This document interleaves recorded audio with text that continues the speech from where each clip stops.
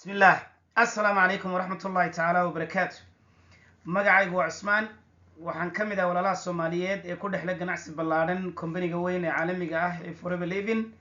ganacsigan waxaan ku soo biiray 2019 sababta ugu weyn ee business-kan aan u bilaabay ama saan ugu soo biiray waxay ahayd inaan dhaqaale dheeriya sameeyo waayo waxaan ahaa qof shaqaynayay oo hal meel kaliya inuu ka shaqeeyo noloshiisa oo dhan ay kaafiyi weyday.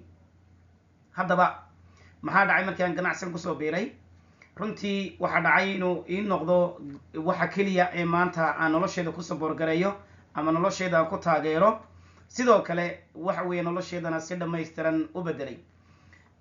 muddadii aan company ku jiray oo sanadkii 7aad uu hadda ii bilaamayo waxa weeyaan ma garanaysaa runtii waxyaabo aad u fara badan ayaan company-ga ka helay. maaha dhaqaale kaliya ee waxaan ka helay sidoo kale aqoon, sidoo kale caafimaad, sidoo kale waxa weeyaan waxyaabo fara badan horumar shakhsiyana ayaan ka helay.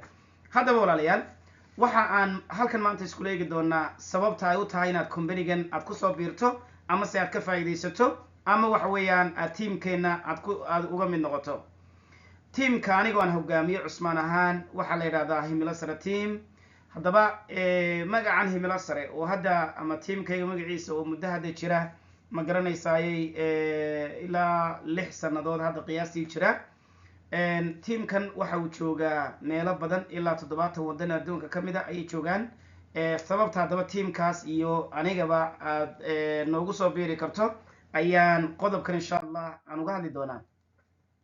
waxaan ku leeyahay marka ugu horeysa ku soo dhawow fursad ganacsi, fursad dahabi ah oo aad ku heli karto waxa aad doonayso isla markaana aad ku noqon karto qofka aad doonayso inaad noqoto biidnillaahi kariim.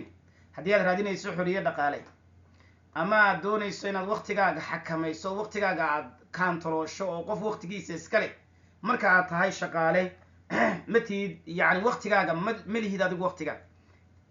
waxa laga yaabaa 8 saacadood oo waqtiga ka mid ah in mataqaanaayay ay dad ka iibsadaan, kadib waxaad tahay markaa qof waqtigiisii isaga iibgeeyay baad tahay.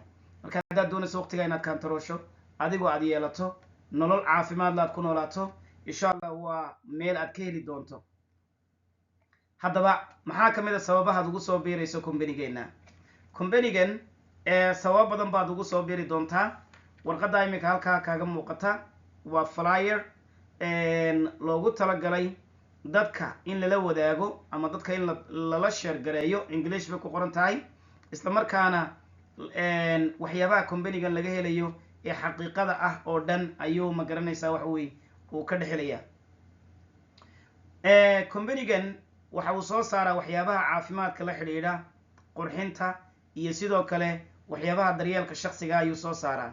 okay, alaabta company-gu soo saaro dhammaan caafimaadkeennii oo dhan, fitamiinadii, kuwii difaaca, kuwii mataqaanaa waxa weeyaan xagga ragga, kuwii dumarka wixii oo dhan ayaa dhammaantood inoo wada yaala.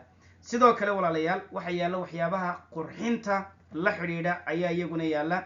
qurxintaasoo noqonaysa waxyaabo iska caadi oo qofku u baahan yahay iyo waxyaabo xalinaya mashaakilaadka ku dhaca wejiga sida finanka, haaraha, waxaasoo dhan ayaa noo yaala. sidoo kale qaybta la yidhahdo daryeelka shakhsiga ayaa iyaduna taalla oo daawada ilkaha, saabuuno kala duwan, allahumma mustacaan, qaybtii timaha, sidoo kale waxa weeyaan karimaadkii qoraxda, waxyaabo fara badan oo personal oo guryaheena looga baahan yahay ayuu company-gu soo saara. sidoo kale qaybtii miisaanka lagu yareynayay iyo qaybtii miisaanka lagu kordhinayay ayuu company-gani soo saaraa.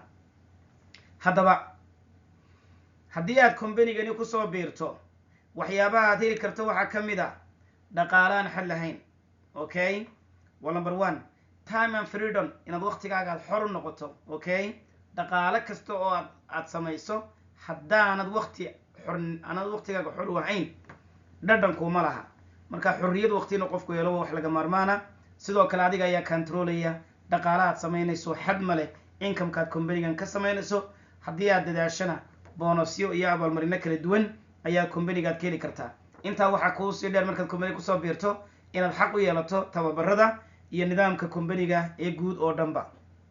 sidoo kale waa meel aad ku bilaabi karto marka ugu horeysa waqti yar oo ma garanaysaa firaaqa aad leedahay, 1 saac maalintii 2 saacadood kugu filan. haddaba company-gan muxuu yahay? Company-gan waa company caalamiya oo adduunka dhan ka shaqeeya, meel kastana aad uga faa'iideysan karto. sidoo kale waxaanu siinaa macaamiishayada si farxad leh waxaanu u siinaa damaanad alaabtayada. sidoo kale alaabtan waa alaab ammaana oo ma garanaysaa wax dhibaataan lahayn. sidoo kale ma garanaysaay waa alaab xalaal ah weeyaan. maasha allah, muddo 46 sano ka badan ayaanu company-gu waxa weeyaan ma garanaysaa waxyaabahaas oo dhan uu ka shaqeeyaa. okay, marka haddaad doonayso da' kuguma xidhna, aqoonkaagama baana, yacni waxa weeyaan mana aha company-gan guul ma laga gaadhay, adiga waxa weeyaan sidee baad guul uga gaadhaysaa. haddaba intaa markaa ka nimaadno, aniga inaan coach ku noqdo ama tiimkayga kusoo biirto, maxaa faa'iido kugu jira? waxaad heli doontaa dhiirigelin, waxaanu ku siin doonaa tababaro kuwa duuban iyo kuwa waxa weeyaan aanu caadi kugu soo geli doono oo wax lacaga lagugu charge garaynayn. sidoo kale tiimkayga oo meel kasta jooga ayaad gurubyo waaweyn baan leenahay oo iscaawiya. gurubyadaasna waad ka mid noqon doontaa. nidaam guulaystay oo waxa weeyaan maanta tiimkayga dad badan oo ilaa dhowr kun oo dollar bishii sameeya ayaad xaq u yeelan doontaa inaad adigana ka mid noqoto. haddaad muqdisho joogto tiimkayga way joogaan, haddaad joogto boosaaso way joogaan, garow way joogaan, jabuuti way buuxaan, qorbaha way buuxaan, dhammaan tiimkayga himilo sare meel kasta way joogaan. haddaba fursaddan iyo tiimkan oo ah tiimka soomaaliya oo dhan ugu ballaadhan intaba waa aad ka faa'iidaysan kartaa. haddaad doonayso sidaan hore kugu soo sheegay caafimaadkaaga inaad kordhiso, iyo waxa weeyaan shakhsi ahaan inaad korto, iyo waxa weeye waxyaabo fara badan oo dhanba inaad xaq u yeelato haddaad doonayso. waxaan rajaynayaa inaad diyaar u tahay. si aad ku bilaabi kartaa magacaaga, emailkaaga unbaa loo baahan yahay, diiwaangelintii baa lagu samayn, kadibna dalabkii ugu horreeyay alaabta ayaad iibsani. saasaanad company-geena uga mid noqon. kadib baa waxyaabihi haddaa kuu sheegay oo dhan aad xaq u yeelanaysaa. alaabta waxaa ugu fiican oo lagu bilaabo bogos xidhan oo alaaba oo $410 wadankii. sidoo kalena weliba hadda qiimo dhimis ayaa jirta maalmahan ood ka faa'iidaysan kartaan. okay, insha allah. sidoo kale waxa weeyaan haddii aad dooranayso muddo 2 bilood gudaheed ayaa 545 aad ku gaari kartaa biidni illah darajada koobaad, si aad adigana alaabta qiimo dhimis weyn kuugu hesho oo adduunka dhanna laysan lagu siiyo aad uga shaqaysato. waxaan rajeynaya inaad go-aankii qaadatay. waxaan rajeynaya inaad u baahan tahay inaad dhaqaale dheeri aad samayso. waxaan rajaynayaa inaad go-aan leedahay oo go-aan qaadashadaadu ay fiican tahay. waxaan rajaynayaa inaad ka mid noqoto dadka aan coachka u ahay ama se aan managerka u ahay oo wada shaqayn buuxda aynu yeelan doono. oo walaalkaan cusmaan, kanadaan deganahay, horena yurub baan u deganaa, ganacsiganse adduunka dhan ayaan uga shaqeeya. soo dhawow, wada shaqayn wanaagsan. asalaamu calaykum waraxmatullahi wabarakaatu.